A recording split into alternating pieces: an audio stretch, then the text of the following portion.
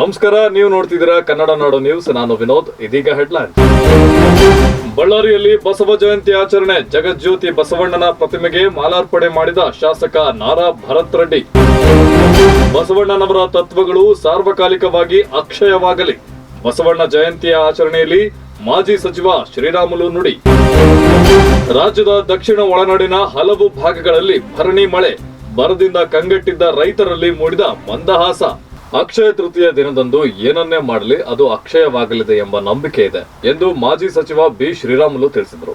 ಬಳ್ಳಾರಿ ನಗರದ ಗವಿಯಪ್ಪ ವೃತ್ತದಲ್ಲಿರುವ ಬಸವೇಶ್ವರರ ಮೂರ್ತಿಗೆ ಮಾಲಾರ್ಪಣೆ ಮಾಡಿದ ನಂತರ ನೆರೆದಿದ್ದವರನ್ನ ಉದ್ದೇಶಿಸಿ ಮಾತನಾಡಿದ ಮಾಜಿ ಸಚಿವ ಬಿ ಶ್ರೀರಾಮುಲು, ಉಪಕಾರ ಮಾಡುವುದು, ಸಂಪತ್ತು ಗಳಿಸುವುದು, ಪೂಜೆ ಪುನಸ್ಕಾರಗಳನ್ನ ಮಾಡುವುದಕ್ಕೆ ಅಕ್ಷಯ ತೃತೀಯ ದಿನದಂದು ವಿಶೇಷ ಮಹತ್ವವಿದೆ. ನಾಡಿನಾದ್ಯಂತ ಬಸವ ಹಾಗೂ ಅಕ್ಷಯ ತೃತೀಯವನ್ನ ಆಚರಿಸುವುದು ಮತ್ತೊಂದು ವಿಶೇಷದ ಸಂಗತಿ ಎಂದು ತಿಳಿಸಿದರು. ಬಳ್ಳಾರಿ ನಗರದ ಗವಿಯಪ್ಪ ವೃತ್ತದಲ್ಲಿರುವ ಬಸವೇಶ್ವರರ ಮೂರ್ತಿಗೆ ಬಳ್ಳಾರಿ ನಗರ ಶಾಸಕ ನಾರಾ ಭರತ್ ರೆಡ್ಡಿ ಮಾಲಾರ್ಪಣೆ ಮಾಡಿ ಪುಷ್ಪಾರ್ಚನೆ ಮಾಡಿದರು. ಜಗಜ್ಯೋತಿ ವಿಶ್ವಕ್ಕೆ ಸಮಾನತೆ ಸಾರಿದ ಕನ್ನಡ ನಾಡಿನ ಸಾಂಸ್ಕೃತಿಕ ರಾಯಭಾರಿ ಬಸವಣ್ಣನವರ ಜಯಂತಿ ಅಂಗವಾಗಿ ಬಳ್ಳಾರಿ ನಗರದ ಗವಿಯಪ್ಪ ವೃತ್ತದಲ್ಲಿರುವ ಬಸವೇಶ್ವರರ ಮೂರ್ತಿಗೆ ಬಳ್ಳಾರಿ ನಗರ ಶಾಸಕ ನಾರಾ ಭರತ್ ರೆಡ್ಡಿ ಮಾಲಾರ್ಪಣೆ ಮಾಡಿ ಪುಷ್ಪಾರ್ಚನೆ ಮಾಡಿದ್ರು. ಈ ವೇಳೆ ಋಷಿಕೇಶದಿಂದ ತರಿಸಲಾಗಿರುವ 3000 ವಿಶೇಷ ರುದ್ರಾಕ್ಷಿಗಳಿಗೆ ಪೂಜೆ ಸಲ್ಲಿಸಿ ಬಸವ ಅನುಯಾಯಿಗಳಿಗೆ ಶಾಸಕ ನಾರಾ ಭರತ್ ರೆಡ್ಡಿ ಅವರು ರುದ್ರಾಕ್ಷಿಗಳನ್ನ ವಿತರಿಸಿದರು. ಬಳ್ಳಾರಿ ನಗರದ ಮೋಕ ರಸ್ತೆಯ ಕೆಇಬಿ ಸರ್ಕಲ್ಗೆ ಬಸವೇಶ್ವರರ ವೃತ್ತ ಎಂದು ನಾಮಕರಣ ಮಾಡಲು, ಬಸವೇಶ್ವರ ಪುತ್ಥಳಿ ಸ್ಥಾಪಿಸಲು ಹಾಗೂ ಅತ್ಯಾಧುನಿಕ ಮಾದರಿಯಲ್ಲಿ ಸರ್ಕಲ್ ನಿರ್ಮಾಣಕ್ಕೆ ಲೋಕಸಭಾ ಚುನಾವಣೆಗೂ ಮೊದಲೇ ಸರ್ಕಾರದಿಂದ ಅನುಮೋದನೆ ಕೊಡಿಸಿರುವ ನಗರ ಶಾಸಕ ನಾರಾ ಭರತ್ ರೆಡ್ಡಿ ಅವರಿಗೆ ವೀರಶೈವ ಲಿಂಗಾಯತ ಮಹಾಸಭಾ ಹಾಗೂ ರಾಷ್ಟ್ರೀಯ ಬಸವ ದಳದ ಪದಾಧಿಕಾರಿಗಳು ಅಭಿನಂದಿಸಿದರು. ರಾಜ್ಯದ ದಕ್ಷಿಣ ಒಳನಾಡಿನ ಹಲವು ಭಾಗಗಳಲ್ಲಿ ಭರಣಿ ಮಳೆಯಾಗಿದ್ದು, ಬರದಿಂದ ಕಂಗೆಟ್ಟಿದ್ದ ರೈತರಲ್ಲಿ ಮಂದಹಾಸ ಮೂಡಿದೆ.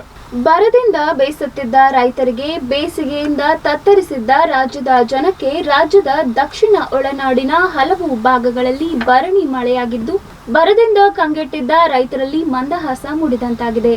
ಅಲ್ಲದೆ ಕೃಷಿ ಚಟುವಟಿಕೆಗಳು ಆರಂಭಗೊಂಡಿವೆ. ಭರಣಿ ಮಳೆಯಾದರೆ ಧರಣಿಯಲ್ಲೆಲ್ಲ ಸಂತುಷ್ಟಿ ಎಂಬ ನಾಣ್ಣುಡಿಯಿದೆ. ಹವಾಮಾನ ಮುನ್ಸೂಚನೆ ಪ್ರಕಾರ ಮೇ 17ರವರೆಗೂ ರಾಜ್ಯದಲ್ಲಿ ಮಳೆ ಮುಂದುವರಿಯಲಿದೆ. ಇನ್ನು 4-5 ದಿನಗಳ ಕಾಲ ದಕ್ಷಿಣ ಒಳನಾಡಿನಲ್ಲಿ ಉತ್ತಮ ಮಳೆ ನಿರೀಕ್ಷಿಸಲಾಗಿದೆ. ಅಂತೆಯೇ ಕಳೆದ 2 ದಿನಗಳಿಂದ ರಾಜಧಾನಿ ಬೆಂಗಳೂರು, ಬೆಂಗಳೂರು ಗ್ರಾಮಾಂತರ, ರಾಮನಗರ ಸೇರಿದಂತೆ ರಾಜ್ಯದ ದಕ್ಷಿಣ ಒಳನಾಡಿನ ಹಲವು ಭಾಗಗಳಲ್ಲಿ ಭರ್ಜರಿ ಮಳೆಯಾಗಿದೆ. ಕೆಲವೆಡೆ ಗುಡುಗು ಮಿಂಚು ಹಾಗೂ ಬಿರುಗಾಳಿ ಸಹಿತ ಮಳೆಯಾಗಿದ್ದರೆ ಕೆಲವೆಡೆ ಧಾರಾಕಾರ ಮಳೆಯಾಗಿದೆ. ಮೇ 12ರಿಂದ ಮೇ 17ರವರೆಗೆ ದಕ್ಷಿಣ ಒಳನಾಡಿನಲ್ಲಿ ಮಳೆ ಪ್ರಮಾಣ ಹೆಚ್ಚಾಗಲಿದೆ. ಅಲ್ಲದೆ ಈ ಅವಧಿಯಲ್ಲಿ ರಾಜ್ಯದ ಬಹುತೇಕ ಜಿಲ್ಲೆಗಳಲ್ಲಿ ಹಗುರದಿಂದ ಸಾಧಾರಣ ಮಳೆ ಅಲ್ಲಲ್ಲಿ ಬೀಳುವ ಮುನ್ಸೂಚನೆಗಳಿವೆ ಎಂದು ಹವಾಮಾನ ಇಲಾಖೆ ತಿಳಿಸಿದೆ. ನಾಯಕನಹಟ್ಟಿ ಹೋಬಳಿಯ ತೊರೆ ಕೋಲಮ್ಮನಹಳ್ಳಿಯ ಗ್ರಾಮದಲ್ಲಿ 3ನೇ ವರ್ಷದ ಬಸವ ರಥೋತ್ಸವ ಜರುಗಿತು.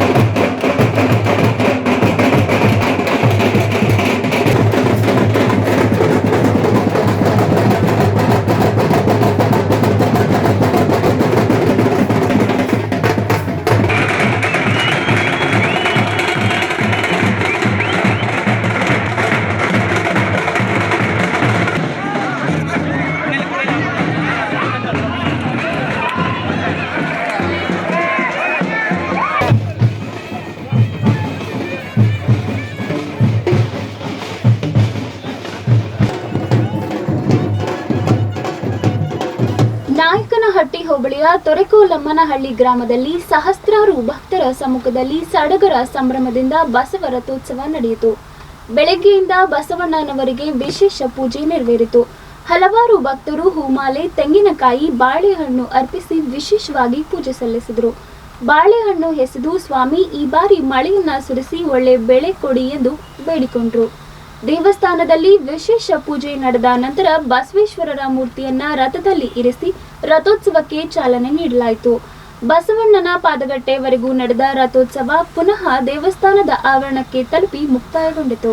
ತರಿಕೋಲಮ್ಮನಹಳ್ಳಿ ಯುವಕರು ಕುಣಿದು ಕುಪ್ಪಳಿಸಿದರು. ಪ್ರತಿಯೊಂದು ಮನೆಯಲ್ಲಿಯೂ ಹಬ್ಬದ ವಾತಾವರಣ ನಿರ್ಮಾಣವಾಗಿತ್ತು. ಇದಾಗಿತ್ತು ಇಂದಿನ ಕನ್ನಡ ನಾಡು ನ್ಯೂಸ್. ಇದು ಕನ್ನಡಿಗರ ನಾಡಿ ಮಿಡಿತ. ನಮಸ್ಕಾರ.